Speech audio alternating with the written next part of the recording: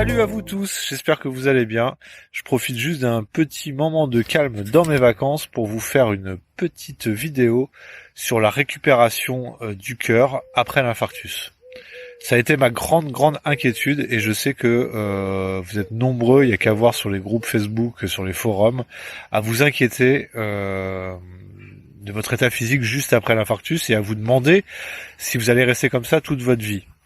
Alors, bien sûr, on n'est pas tous égaux, on n'a pas tous le même âge, on n'a pas tous subi le même infarctus, on n'a pas subi les mêmes séquelles, donc ce que je vais vous dire pour moi ne sera pas forcément valable pour vous, mais d'une manière générale, sache que oui, le cœur est un muscle et que donc le cœur peut, après un infarctus, si tu écoutes bien les conseils qu'on va te donner à la rééducation cardiaque, si après ça tu continues à faire des épreuves physiques modérées mais régulières, tu peux complètement améliorer ton état physique.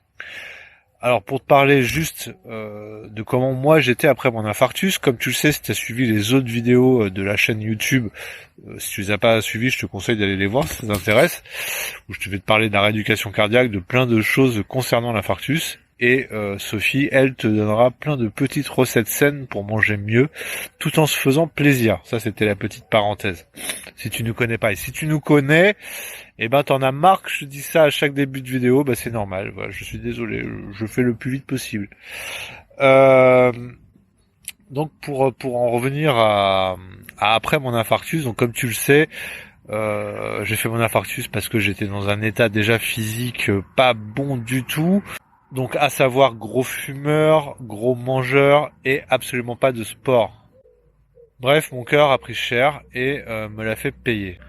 Au lendemain de mon hospitalisation suite à l'infarctus, a été réalisée une échographie cardiaque où entre autres il calcule ce qu'on appelle la fraction d'éjection, c'est-à-dire la capacité que ton cœur a à éjecter le sang qu'il contient.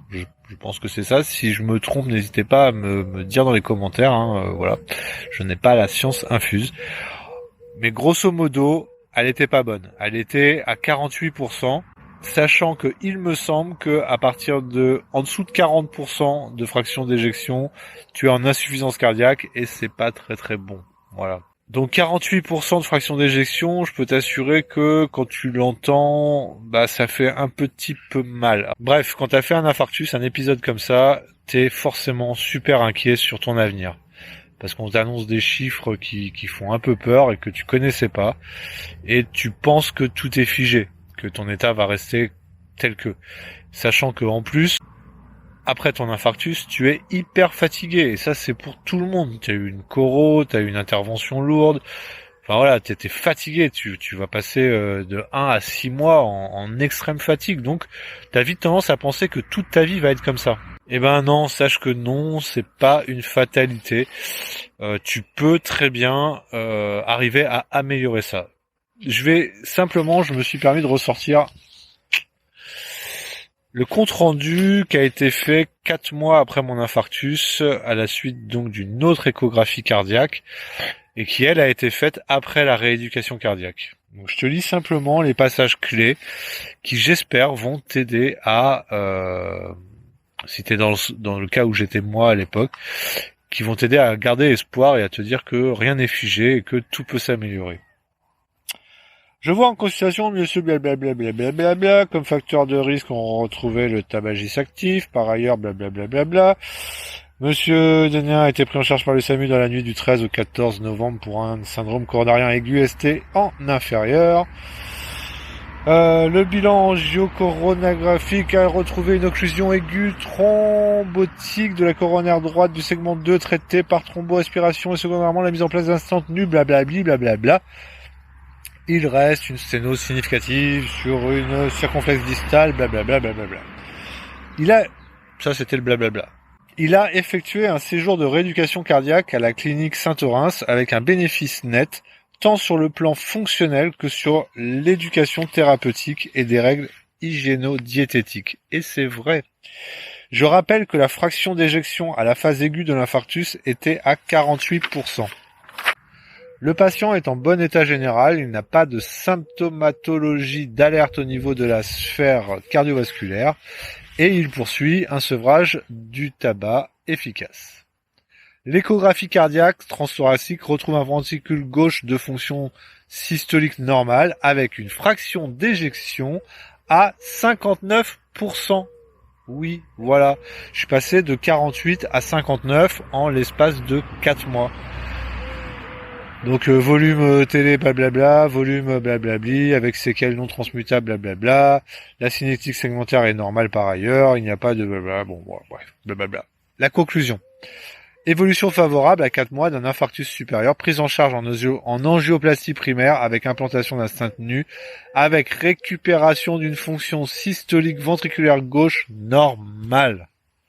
Et ça, je t'assure que quand tu lis ça au bout de 4 mois d'effort, parce que ça a été honnêtement les 4 mois, je pense, les plus durs de ma vie, c'est les 4 mois qui ont compris une grosse dépression, qui ont compris la rééducation cardiaque, avec des gros hauts et des gros bas, faut pas oublier les bas, ça n'a pas été facile tout le temps, mais je t'assure que mise tout sur la rééducation cardiaque. Mise tout sur la rééducation cardiaque. Même si ça te paraît rébarbatif. Même si les principes énoncés te paraissent déjà connus. Franchement, la rééducation cardiaque, je le dis, je le répète, je le crie sur tous les toits. C'est la base de ta renaissance si tu veux vraiment te reprendre en main. Alors, bien souvent, pas tout le temps bien sûr, mais bien souvent quand tu as fait un infarctus, c'est que tu as fait plus ou moins un peu du caca dans ta vie, que ça soit un manque de sport, un manque d'hygiène, le tabac, de trop stressé, bref, il y a quelque chose qui allait pas. Alors, il y a de très cas rares où c'est pas le cas, mais il reste rare ces cas-là.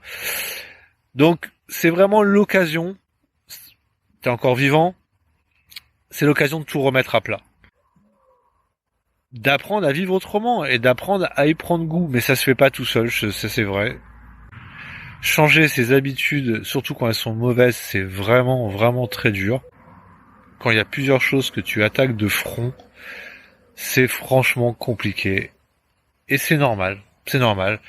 Je n'ai qu'une chose à te dire pour si t'es dans ce parcours-là actuellement. C'est bon courage, tiens le coup. Les hauts et les bas, c'est normal. Mais lâche rien. Lâche rien parce que à l'arrivée, je t'assure que ta vie elle peut être nettement plus belle que ta vie d'avant l'infarctus. Ça, il faut vraiment que tu y crois.